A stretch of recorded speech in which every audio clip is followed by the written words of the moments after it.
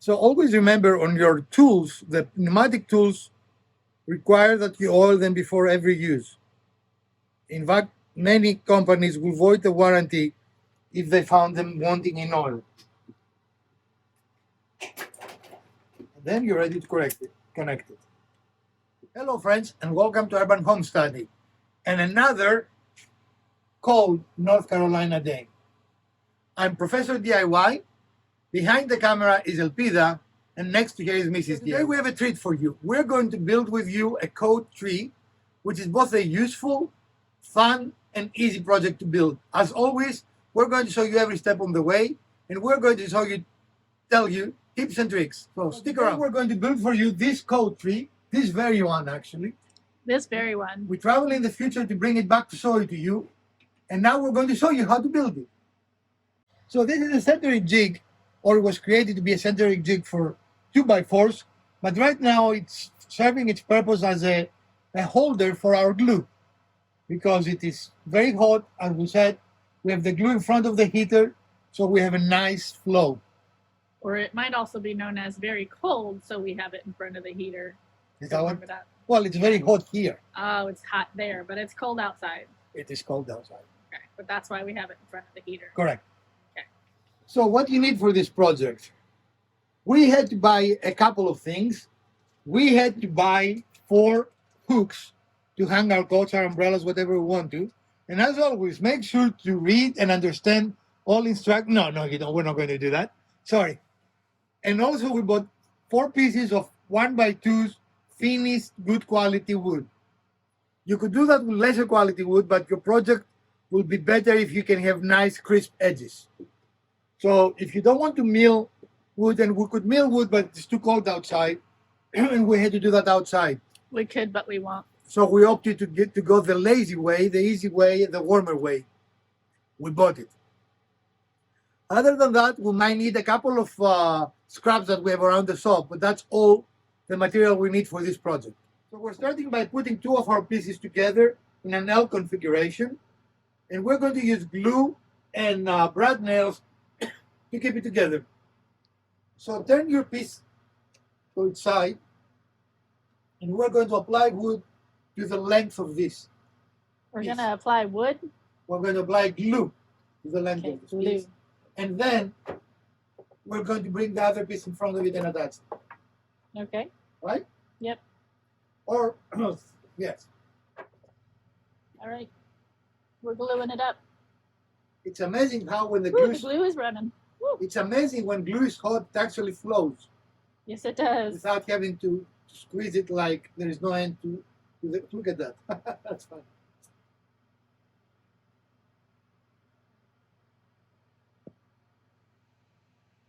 So use liberal glue here. I mean, there is probably going to be some squeeze out.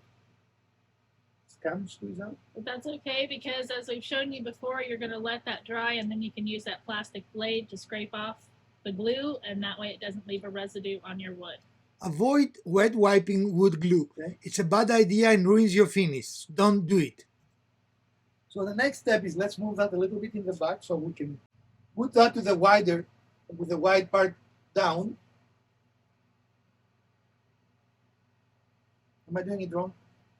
No, yeah, I'm doing it wrong. Put that with the wide part up, and then bring the piece. No.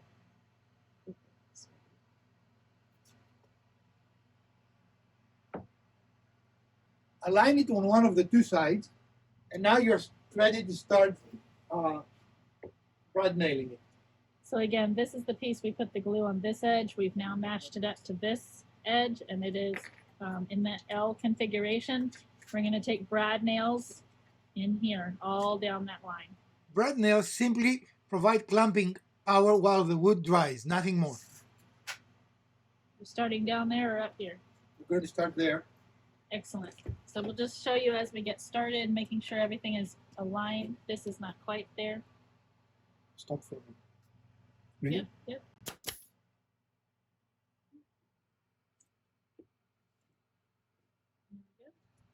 And we'll do that all down this line to make sure that everything stays together. We're going to go at the other end just to get that attached? We'll come back. So our next piece will go on top this way. And again, we're going to glue it and brad nail. And so we will put glue on this edge and then put the next piece on. Okay. So here we are. We have the three pieces together, and then we have one last piece. And here are a couple of tips for you.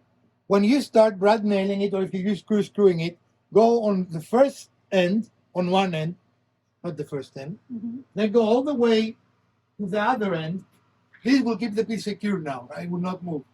Then come to the middle and put another piece, making sure that you're flush.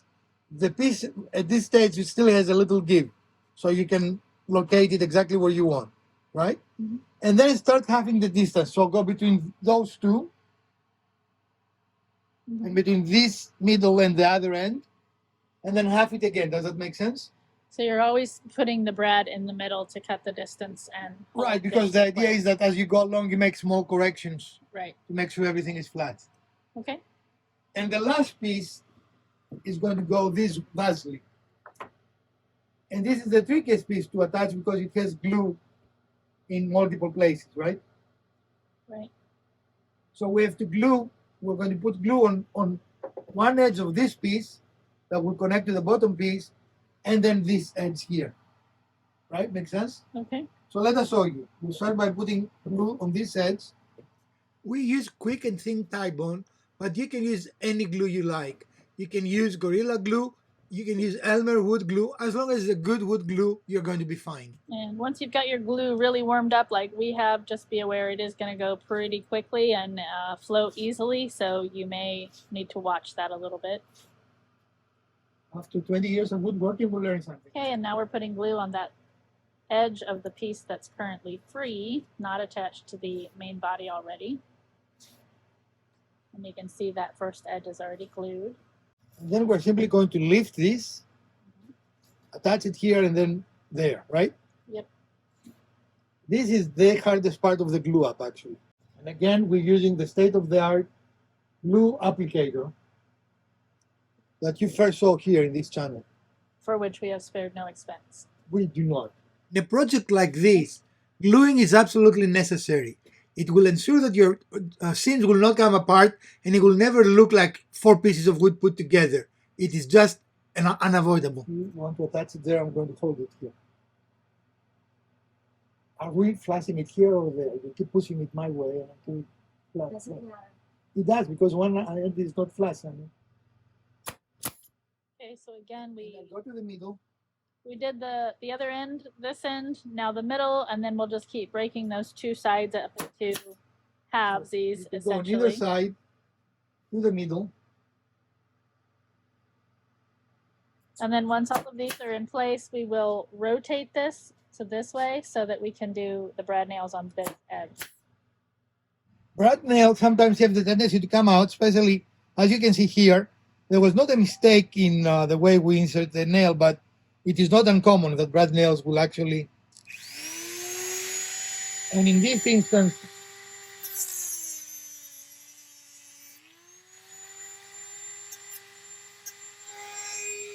and that the next step is we're going to let the glue dry, and then we're going to go with one of our scrapers through the edge and scrape it, and then sand it. We're going to sand all four sides. Even though if you can come and see that our joints are pretty good, but still, I mean, they are not visible. And when you see it from more than 10 centimeters away, you're going to be able to see nothing. Right, and so the sanding is really not like a major sanding. It's just a cleaning up of this to make sure that those edges are not visible, right? Yeah, so now we're going to check the dimensions of four sides, and they should be reasonably close. Should be a square, right? 2 1/4. So just rotate it. 2 1/4. 2 1/4. One more. 2 1/4. So we know this is the dimension we're aiming for our base. And for our base, we're going to use some remnants 2x6s, correct? So we start by taking a scrap 2x4. 2x6. 2x6, sorry. And we're going to remove the round edges of it because we want to have nice script edging. Script or crisp? Crisp. Script, crisp.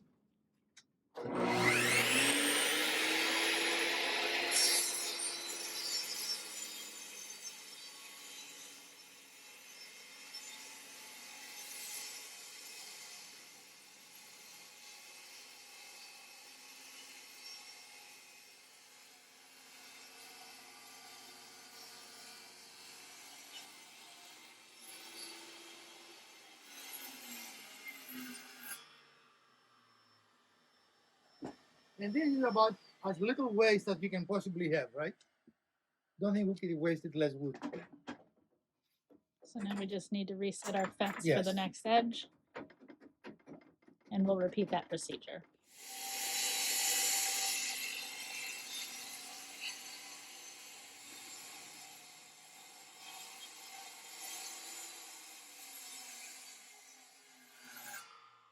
They said it wasn't possible, so we removed even less this time. Less material. So this time, instead of the strip, all we had was Nothing. sawdust. Dust, yes. But it's still a very nice crisp edge. on Yes, the it is a other very side. nice, So- and that is actually a pretty nice piece. Yeah. All right. So our next step is we're putting our assembled base. Is that a base? What we'll call It's it? the post. The assembled post. So we can cut two pieces out of this singular piece that is the same dimension. Mm-hmm. Dimension. So that is our next step. So what we've done is put that post in between the blade and our fence. We have our fence up against it, and so we know that's going to be the exact correct width.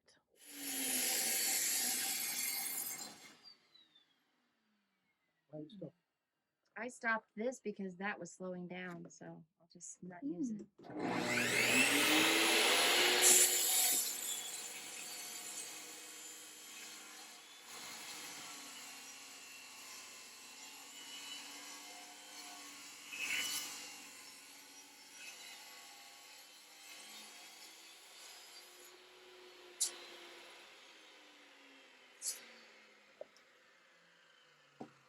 This actually smells pretty good. And we have to cut a small piece, looks like here, and that will give us two identical pieces. Identical.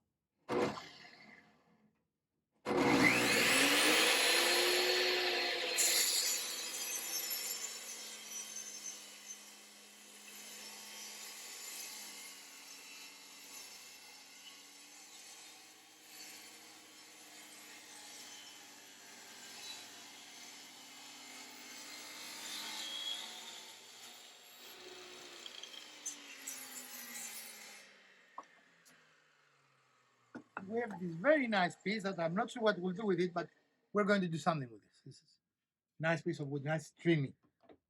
We're gonna Right. do something. We're gonna do something with it. And here we have with two identical pieces. And where we're going with this, ladies, this is going to be our base because we don't want it toppling over.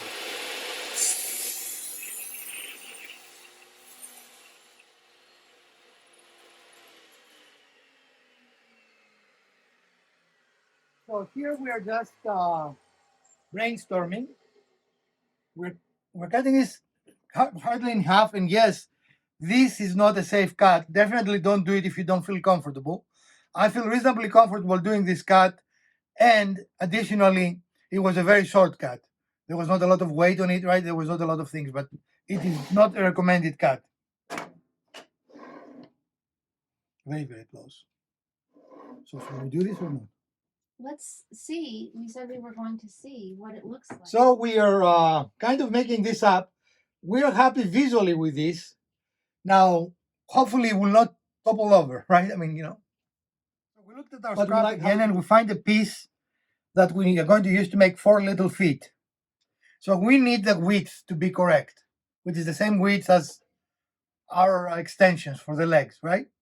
So we're going to cut 4 pieces, and the safest way to do that is with our sled. The sled makes this somewhat difficult cut. Whenever it comes to small pieces, you do not want your hands very close to the blade. But since the blade does not move in relationship to the piece, but only in relationship to the sled, you can securely hold the piece even if it is very small, and you can safely make the cut. As we demonstrate here, you can use another piece if you're not comfortable with your hands close to the blade. Again, no matter what someone else tells you, never do something you're not comfortable doing.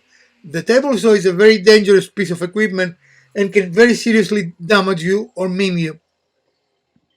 So, no matter what a YouTuber does or says, be careful. I've seen YouTubers using a pencil here. I don't think it's a good idea. A solid piece of wood, a scrap, I think is a better idea to have a good process here and have a good control of your piece. And this is our waste. out of our scrap. So that's a pretty good Yep. detail here. Okay. And as you saw, we used one of our legs to actually hold those pieces in place to give us that comfort level so that So we our won't come next step will be a light sanding that will let us make this. Even though, come here for a moment to see. This is a very good one. From a distance, you won't see it at all, right? Mm-hmm. But we want to make it even better. So a little bit of sanding will achieve that goal. A lot of sanding later. This looks just about perfect. Mrs. DIY, are you pleased with it? I'm very pleased.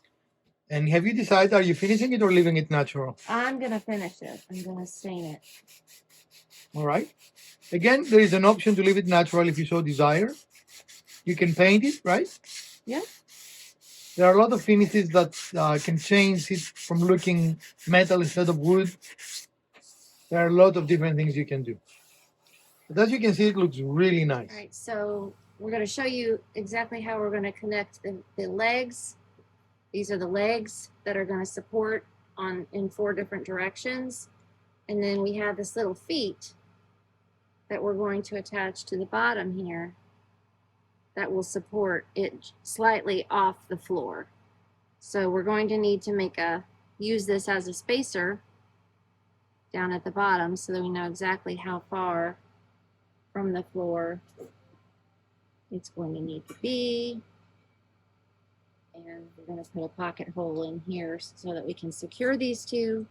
And then we're going to secure the foot up towards the top.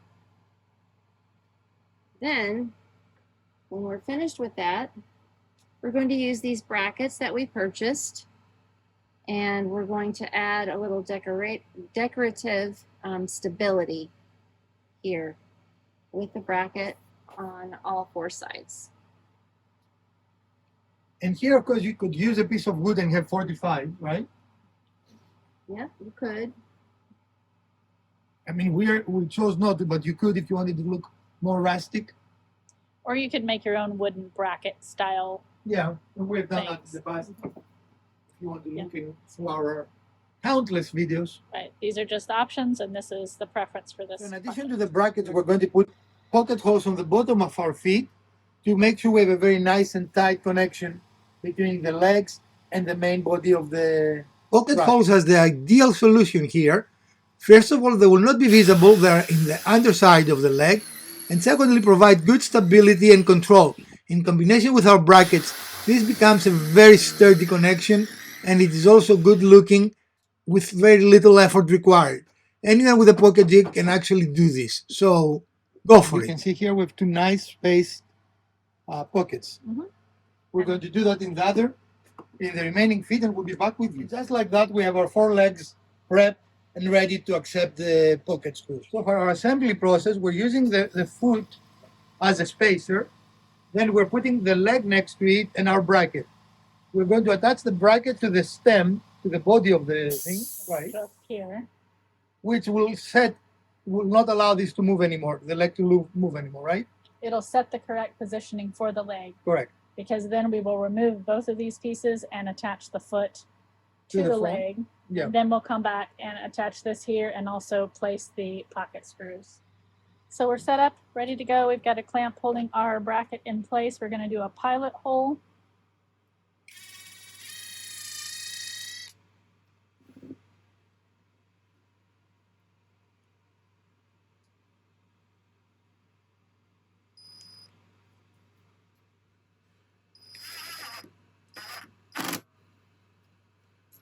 Awesome. And then we will take this clamp. Yep. And then you can do the other hole, right? Mm-hmm.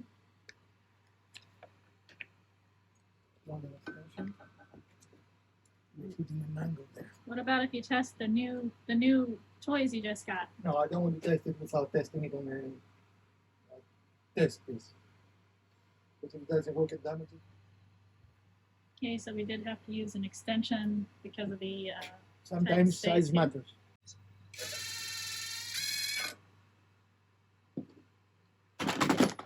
You might need the extension to do your screw. Right.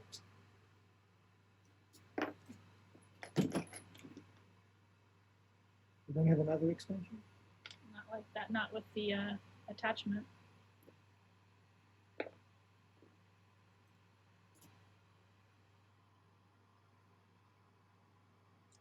screw is required, however. Good thinking. I like it.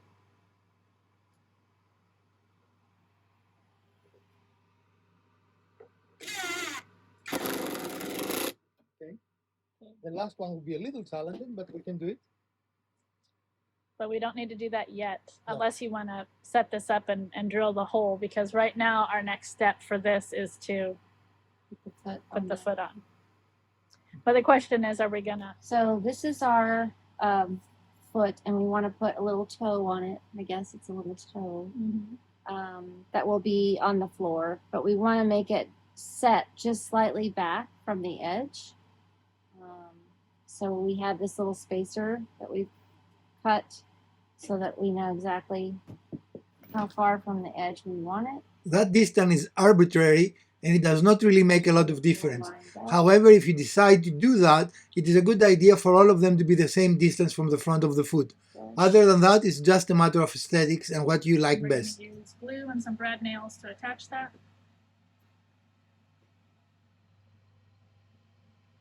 There are no stresses at all in this connection. In fact, just glue is efficient. The only reason that we brad nail them is because we're trying to finish the video so we can post it for you. Otherwise, you just can wait until the glue dries, and about 40 minutes later, it's going to be ready for you to use. So it is not critical that you put any brad nails or anything else. In our case, the brad nails just hold it so we can finish the video and post it for you guys. Brad nails, however, are a very useful way to temporarily hold pieces together and not have to wait for glue to dry.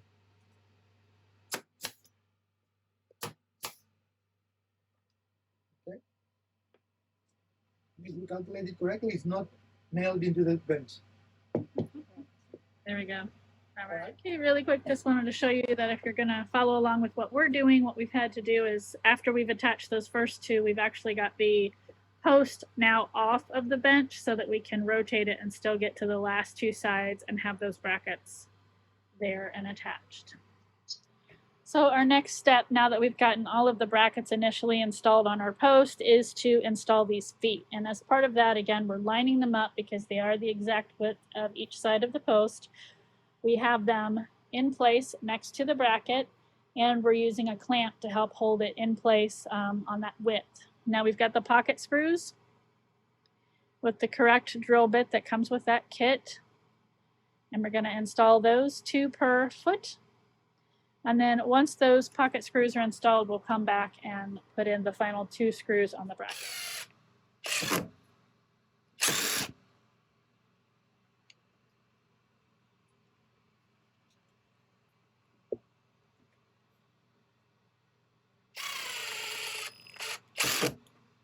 And those pocket holes on the pocket screws will create a very nice tight seam. So we're on the final stretch of putting the legs on to our coat rack, coat tree. We've got all of these installed. All of our pocket screws are installed. This is the very last screw on this bracket.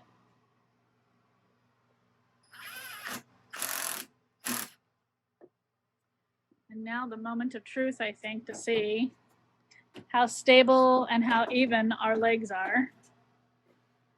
Well, they're even. Are they enough is the question. Oh, this is heavy on. Yeah, but that's the thing, right?